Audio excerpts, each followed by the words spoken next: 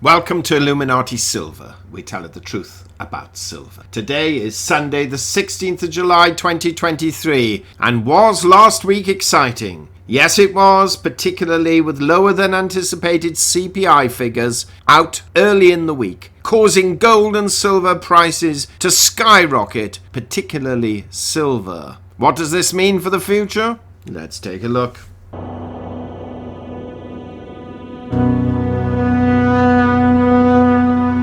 Now first, just a quick reminder that we've set up a second channel entitled Finances Do Matter, with over 120 videos and producing around 5 a week, covering a whole array of financial topics. We've placed the link to this channel in both the description box and comment section below for those who've not yet joined. Meanwhile, going back to what happened last week and what we expect to happen this coming week, gold rose $30, rising from $1,926 to $1,956, having hit a high of $1,963 and a low of $1,913, a rise of 1.6%.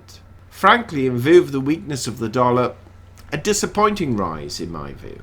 In sterling terms, gold finished the week at £1,494, that's down £7, and in euros it closed at €1,744, that's down €13, and just goes to show how weak the dollar has been compared with both these currencies. Silver, however, rose $1.87, rising from $23.09 to $24.96, having hit a high of $25.05 and a low of $22.77, a considerable rise of 8%.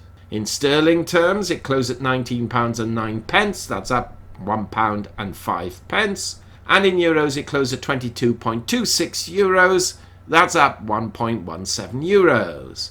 The gold to silver ratio fell significantly, in fact by 5 points, from 83.4 to 1 to 78.4 to 1. Now the difference between gold's high and low was $50, and the difference between silver's high and low was $2.38, the largest difference seen for some considerable time. This is what we said last week concerning our forecast. We expect gold to trade between 1875 and 1975, which it did comfortably, but silver did trade after Wednesday's CPI report above our outlier range, which was at the top end $24.50, and it did in fact close above that range.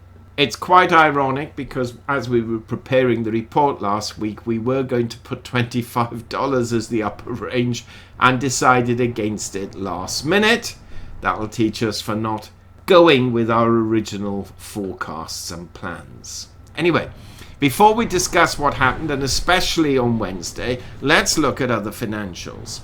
Bitcoin stands at $30,345, that's up $124. The Dow Jones is also up at 34,509, that's up 775 points. The S&P is up 107 at 4,505, and the Nasdaq is up 453 at 14,113.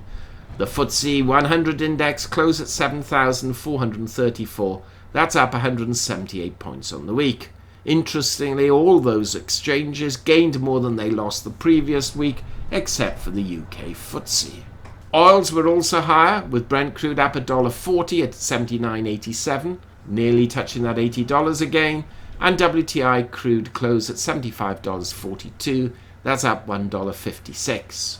The big news was the significant fall of the dollar index, and that currently stands at 99.91, that's down a considerable 2.36 points on the week. Now, in terms of economic data last week, the consumer credit figures for May fell considerably. In fact, expectations stood at $21.5 billion and the reality was $7.2 billion. Initial jobless claims were lower by some 13,000 against expectations, and both the producer price index and import price index were also lower than anticipated. The big change effect, though, were the CPI figures, which were considerably lower than the market expected and lower than we anticipated too. CPI for June came in at 0.2% compared with expectations of 0.3%, and the same applied to core CPI, which is what the government and central banks tend to focus on. They came in at 0.2% compared with 0.3% expectations. What's interesting is that the CPI figures in May were 0.4%, so this 0.2% is half of what it was the month before. Now, although there was still a rise, the rate of growth of inflation is the lowest since 2021, and the yearly rate has therefore decelerated overall to 3%, though the core CPI still stands at 4.8%, and it's this figure that we are focusing on. So before we look more deeply into gold and silver, what have we got on the agenda next week which could influence prices? Well, on Monday, we have the Empire State Manufacturing Survey for July. Tuesday, the very important retail sales figures for June, which are expected to be higher than they were for May. And we also have the industrial production figures for June. On Wednesday, housing starts. And on Thursday, of course, the normal initial jobless claims. And on Friday, there is nothing scheduled. So the only day of great importance are the retail sales on Tuesday. Now, the following week, of course, on the 26th of July, we have the FOMC's decision on interest rates. Let's now look a little more closely at gold and silver. Although gold prices rose last week, they only rose marginally higher than the gains received as a result of dollar weakness. Technos call it fractional gains. Gold is currently following the dollar, and there's little to suggest this will change much throughout the summer. There's still the possibility that gold will reach all-time highs later this year, and this is what we predicted in our 2023 forecast published in January. Meanwhile, we see gold well supported at or around the 1897 level and meeting short-term resistance at 1971 and then $2,000 above that. We should, however, not forget and therefore pay attention to the BRICS plans for a gold-backed currency. And we'll cover this in a separate video. Silver was a different kettle of fish, and we saw quite a takeoff, smashing through the traditional $24.50 resistance level. Like gold though, silver took advantage of dollar weakness, but also traders took the view that if inflation does not need now to be so aggressively dealt with by even higher rates, then the US could avoid a recession, and the industrial demand for silver will begin to rise at best, or not fall at worst. That said, silver did seem to run out of steam a little on Friday, and the question is, will it move positively into next week, or will we see a pairing of the gains already made? Some analysts are predicting a rise up to $26.50, and others a fall back to $24. So where do we see gold and silver moving next week? Well, the question on everyone's lips now is, will the Fed raise rates on the 26th of July? And perhaps, in view of the favourable CPI figures, they may leave them alone.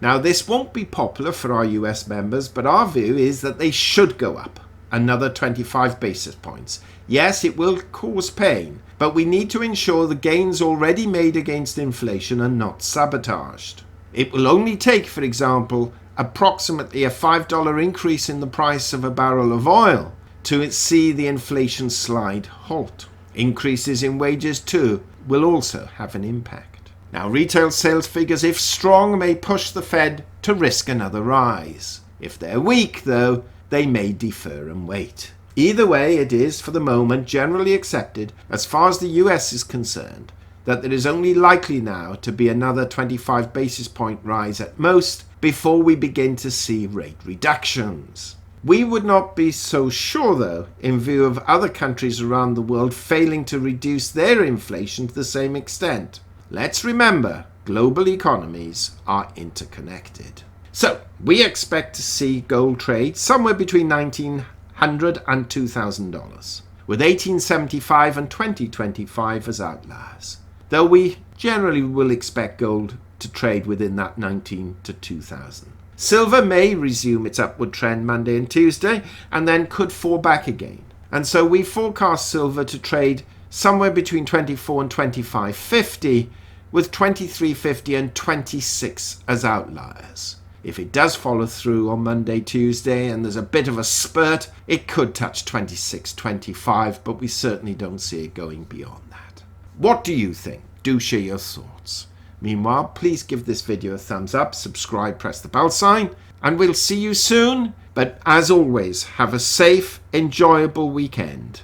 And let's look forward to a prosperous week ahead.